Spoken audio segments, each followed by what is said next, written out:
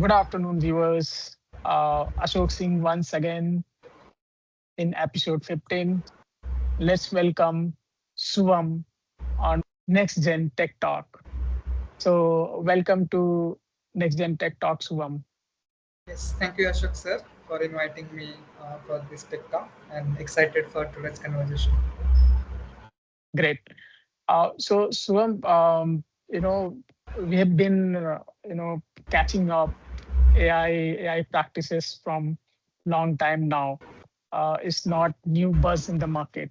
So, according to you, the way you are placed, can you talk about your skill set, what you do currently, how much heavy lifting you are doing around AI? And from there, we'll proceed further. Yeah, definitely. So yeah, I'm an AIML engineer, and approximately from 2.5 years, I'm working in this field. Regarding my skill sets, I work on artificial intelligence, machine learning, then deep learning, data science, data analysis. Along with that, agentic AI. So these are the some of Mhm. the skill sets on which I work. So along Mhm. with that, I also work on deploying AI solutions on cloud platforms. So this is my skill sets. Okay, great. So uh, you are doing end to end at this moment because major part is, of course, choosing the tech stack and then do the development to take to the finish line. That is the deployment. Many times is a tough stuff, choosing the infrastructure and stuff like that. So it's good because in this era we need to be very all rounder. What that means is even you don't do any specific role, but at least you should understand. And in your role, if you are already doing, that means that you understand things well.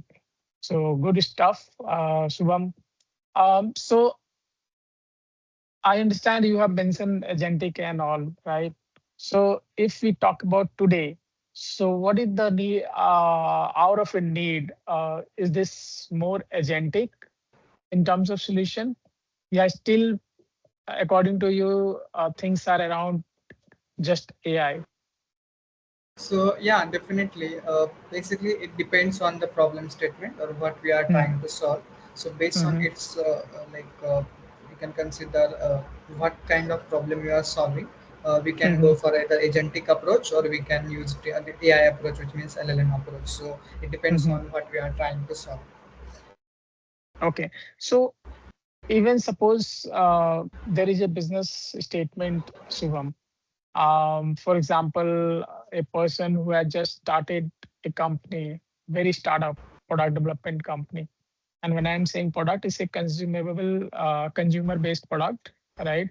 And then they want some sort of automation into inventory management, retailership, and so on, ordering, payment reconciliation, and stuff like that. So, according to you, what is the best solution you are going to provide them? Yeah, definitely. Because yeah, sorry. So try to give the each detail, what why you have think through and so on, because I want to let people hear directly from you your experience, because the type of experience you have and directly you are sharing your thought, you're listening with the viewers, that make more sense. So sorry, yeah, continue. Yeah, definitely. In that case, if I want to develop a product, so I will definitely go for agentic approach as of now because currently I think using agents to automate some of the legacy features, that is I think more good thing that I considers.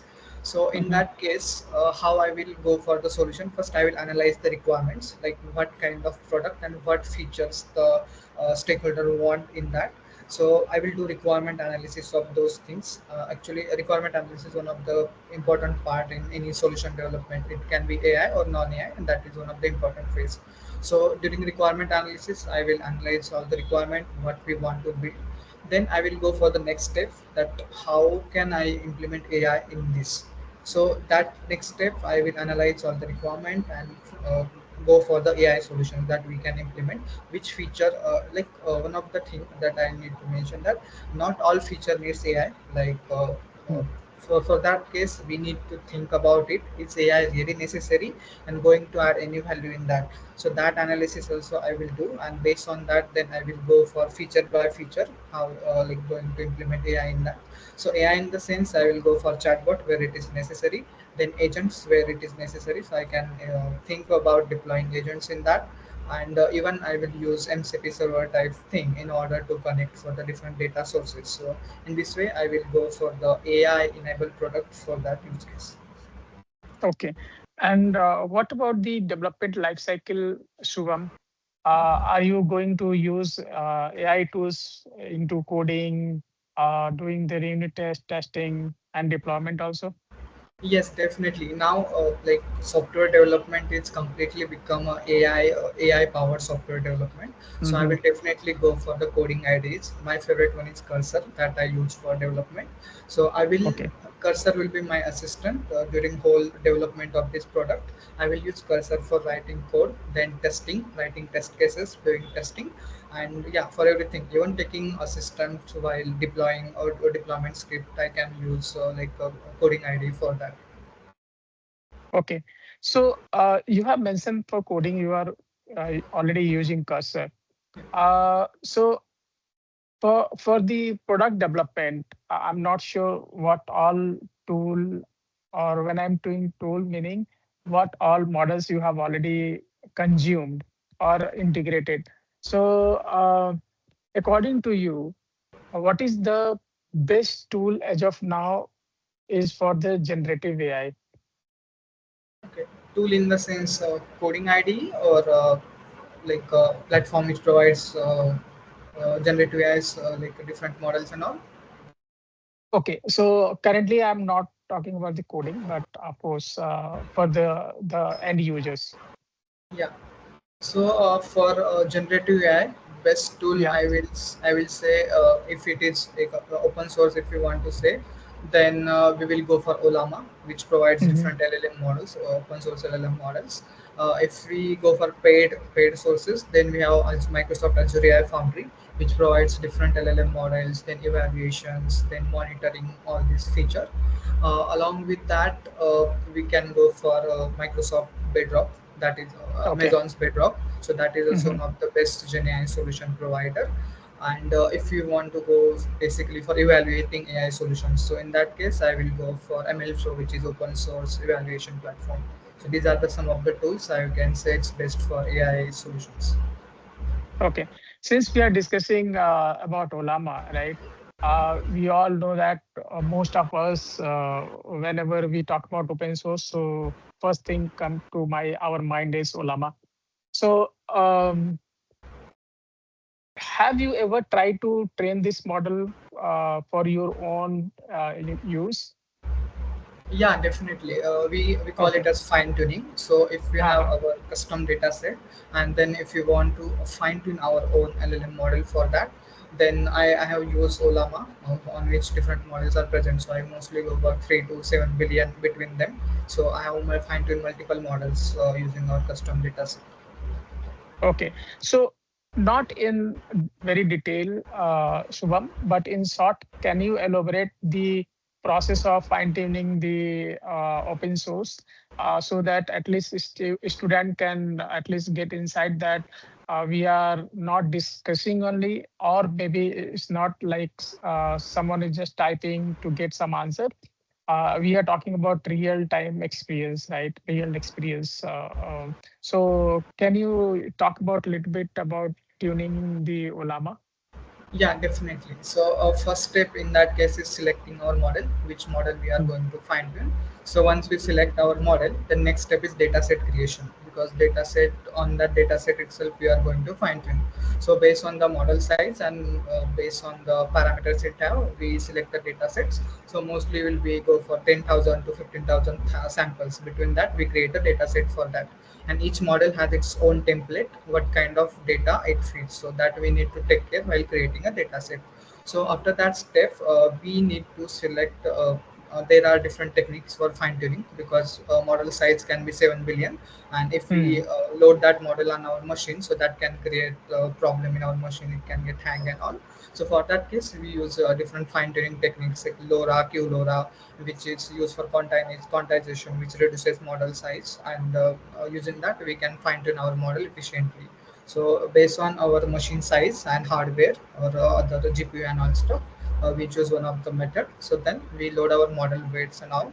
We create our data set, and then we start fine tuning process. So in that we select different epochs. So how many turns we are going to fine tune our model on data. So once our fine tuning get complete, we store the weights into our local or either any cloud platform. And when we have to do inference means using model to give answers for our query. So in that case, we load those weights, and then using our models, rest of the things we use inferencing to check what kind of results we are getting. So this is the overall process of fine tuning an LLM. Fantastic, Shubham. Purposely, I have asked you this question. I have just observed that how fluently you have explained.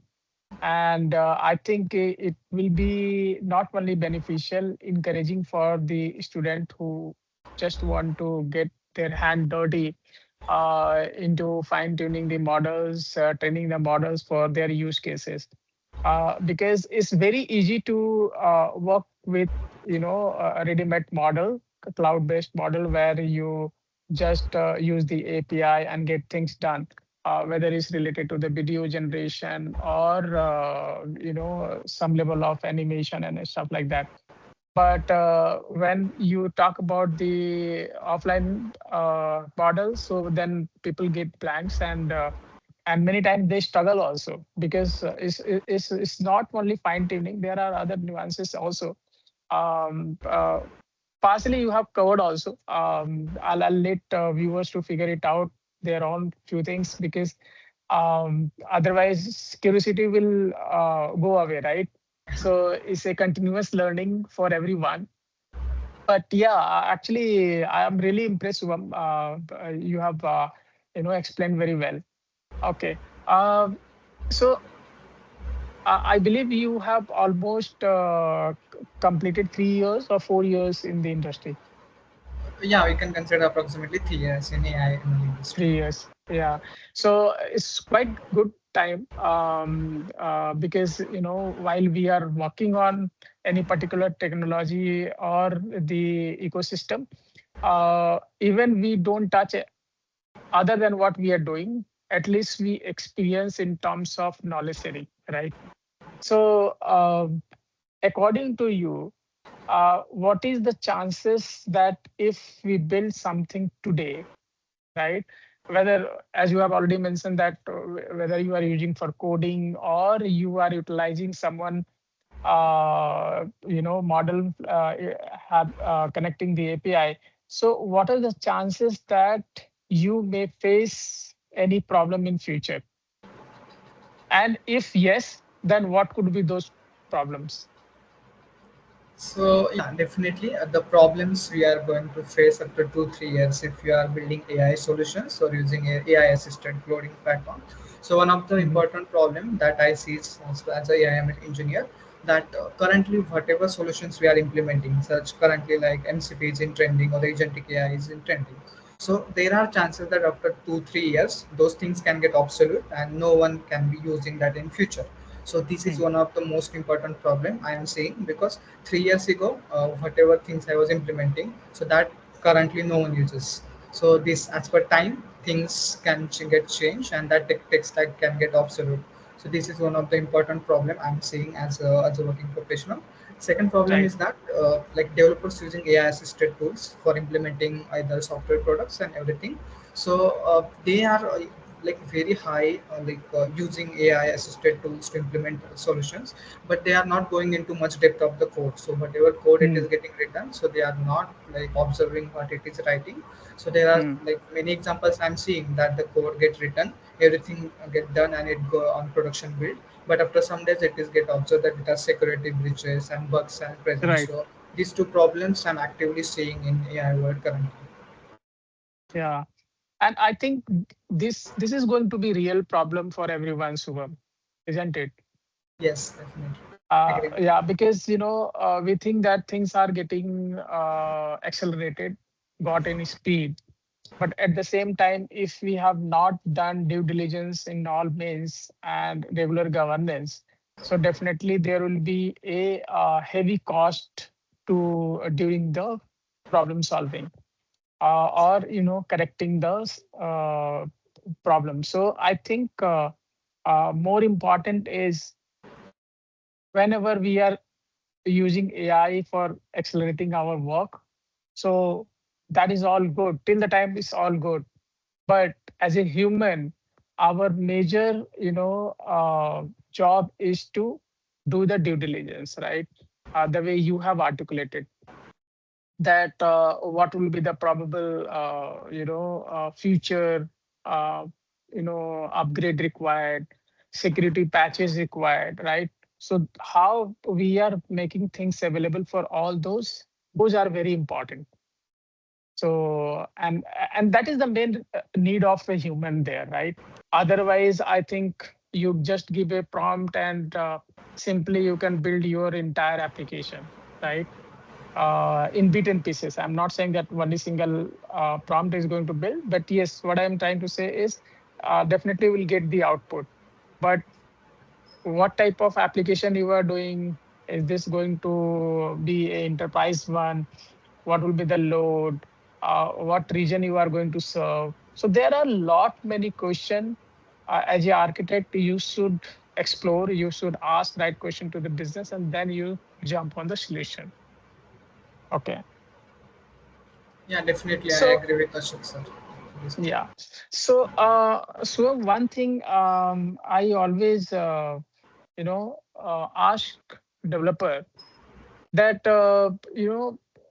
we select the tech stack, right? Even you are taking the help in coding, that okay, generate something, authentication method if you are generating a code from AI. Now, have you ever observed that people are not very, particular about choosing the tech stack? They are more into the problem solving.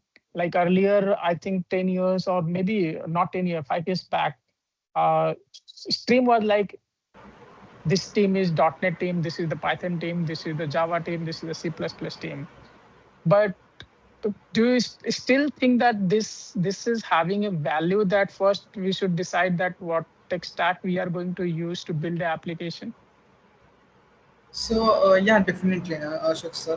What I think is that depending on what we are trying to build, so based on that, tech stack selection is also important. If we take example of .NET, now it's Hmm. almost 20, 30 years it's going on. Hmm. So there are chances that it's whatever components or what it provides, Hmm. so it can get deprecated till now. So mostly it is important if what we are trying to build. So we need to stick with the tech stack first, and then Correct. development we can use AI for it. Okay. So let's talk about what is the various parameter for which we are thinking that tech stack is also important. That is fine. I think it's not necessary that we are going to cover everything, but what is the top few parameter we should think through before selecting the tech stack? And just according to you, maybe this is not like you have given all top five, but according to you, your understanding, what should be the top parameters? So yeah, definitely. I mostly work in AIML. So in that case, if we have to choose any frameworks, because there are multiple languages provides Hmm. AI frameworks like JavaScript, Python, and Hmm. all. So in that case, like what I like go through with it is that uh, depending on our complexity, like how much Hmm. complex that solution is and how much workload it will be going to have. So based on that, and I go through it, which tech stack we shall select, and definitely this is the one of the thing I use to select, and mostly like AI solutions I built using Python only because Python has a wide range of audience. Because if any problem I face, I can go on Google and I can search, and all even AI can solve it. So mostly I stick with Python for building AI solutions. So rest of the Hmm. web development, like I haven't touched that part most, but for AI, I go through this approach. Okay. Okay. Yeah. Yeah. So I'll admit that you have mentioned it correctly. Other than this, um, maybe these days they don't have very reservation around the tech stack, but I have experienced many of the time that customer used to give a mandate that other than .NET, for example, many times they will say don't use anything other than Java. And if you try to figure it out, the reason, it could be many times they will talk about the security because .NET compiles the code. And other than that, if you talk about the PHP, Java, so people that those languages are more vulnerable on the browser. So so this is how people used to select the tech stack. These are like few of the other example. Many times if they have existing developers and internal team who are equipped with this skill set, so they wanted the partner to use the same tech stack, and even they are saying current team to follow the same because of one you have already mentioned in the previous topic which we are discussing, related to the legacy. So suppose I have all the setup, all the licenses, like there are people who are still using the SQL server, but slowly people are moving to the NoSQL, right? People are moving to Postgre, MongoDB, and stuff like that. So earlier things were very rigid, and now slowly data says that people are not very rigid about the tech stack, and this is the reason I have just checked with you that have you also experienced the similar thing or not? Yeah, like one thing I need to add in that case. Hmm. So Hmm. I have observed while implementing AI solutions currently, if Hmm. customers rest of the product is deployed on cloud platform like Azure, so they insist us to use Azure AI Foundry, like which is AI provider. So this thing I observed while selecting AI tech stack, that if their solution are deployed or they are using any deployment platform like AWS, then they Okay. insist for using AWS Bedrock for building AI solutions. Ah, So this right. is the thing I need to add here. Yeah. Yeah. So see, infrastructure is a different ball game altogether.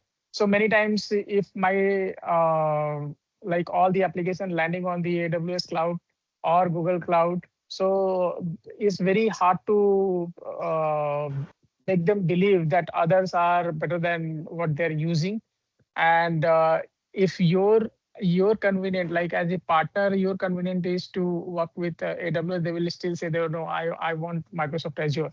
So it's all depend, because it's all are cloud only, but reliability, comfort, other dependencies, many others parameters are there, because in the market there are a lot of competitions, right? So they always give multiple options, offers to be a partner. Because I mostly worked so far with AWS, right? So their business model is altogether very different, because they think that they are pioneer, they are the leader in the industry. So their mindset is totally different, as a service provider also.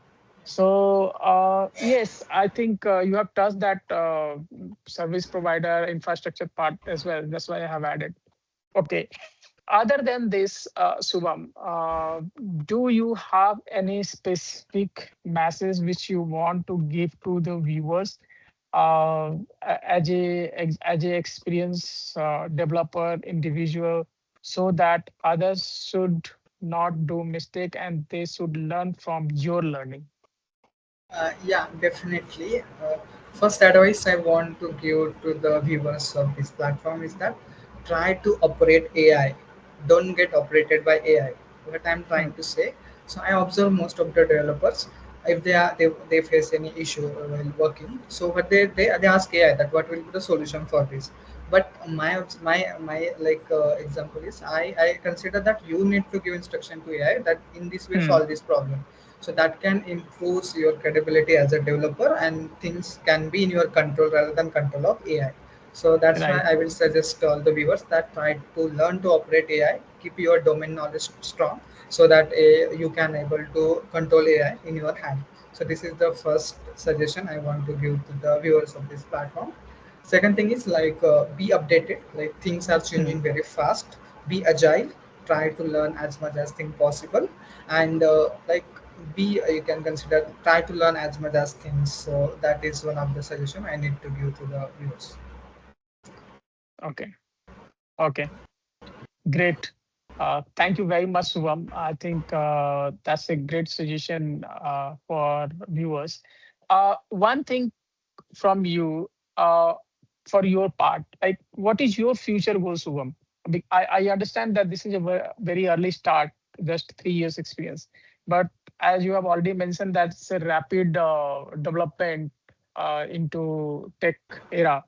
So, what will be your future goal, at least for next 3 to 5 years? Yeah, definitely in next 3 to 5 years, I will see myself doing something, building something that can add impact and make humans' life more easy using AI. So I will definitely try to go building my own something so that I'm looking for. And even that I'm trying to go into hardware AI. So you can consider robots and all because software AI I have completely gone through.